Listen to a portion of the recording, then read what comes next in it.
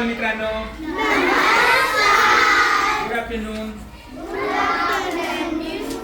Okay, today we are going to learn lattice multiplication method.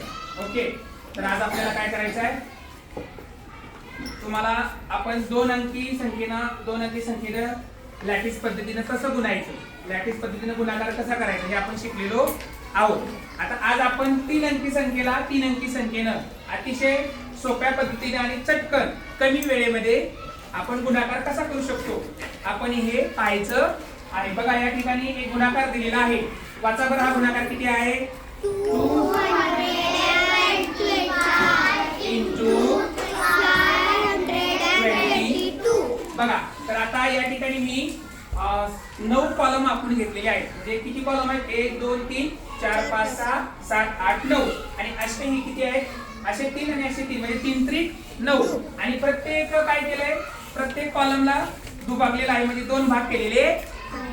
ह्या वरच्या column मध्ये आपण जो काय गुणाकार येणार आहे त्यातला युनिट टेन्स नंबर असेल तो वर लिहिणार, युनिट नंबर असेल तो खाली लिहिणार. टेन्स नंबर वर लिहिणार, युनिट नंबर खाली लिहिणार.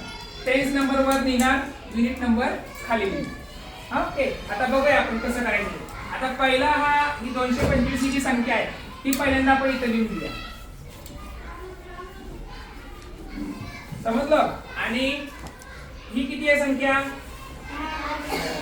522. 5 ह्या कॉलमच्या पुढे 5 लिहूया, ह्या पुढे 2 लिहूया, ह्या पुढे 2 लिहूया.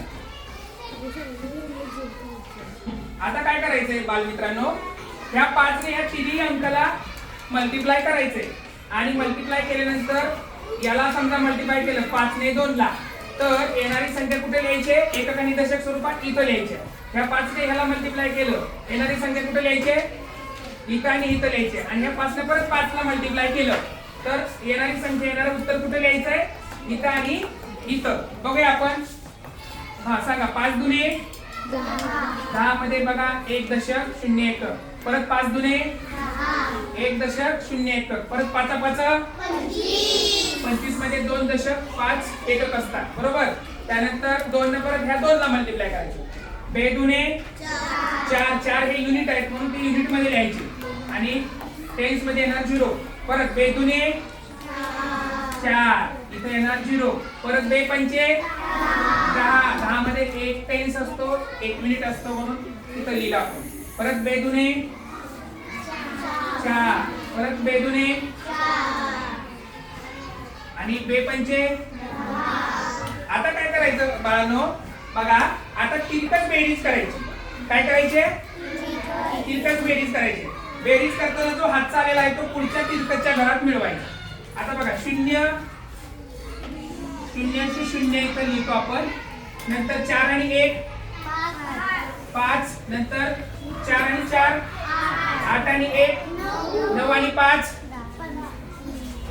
9 आणि 5 14. 14 4 इथं लिहिला, हातचा पुढच्या घरात द्यायचा. इथे 1 4 आणि 1 5 5 आणि 2 7 इथे 7 लिहूया.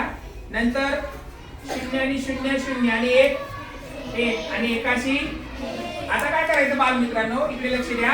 आता या संख्या क्रमाने एका मांडून घ्यायच्या. म्हणजे पहिल्यांदा काय आलेलं आहे? 1. नंतर परत काय आलंय? 1. नंतर कोणती संख्या आल्या? नंतर कोणती आल्या? 4. नंतर कोणती संख्या आल्या? 5. आणि नंतर शेवटी कोणती आल्या?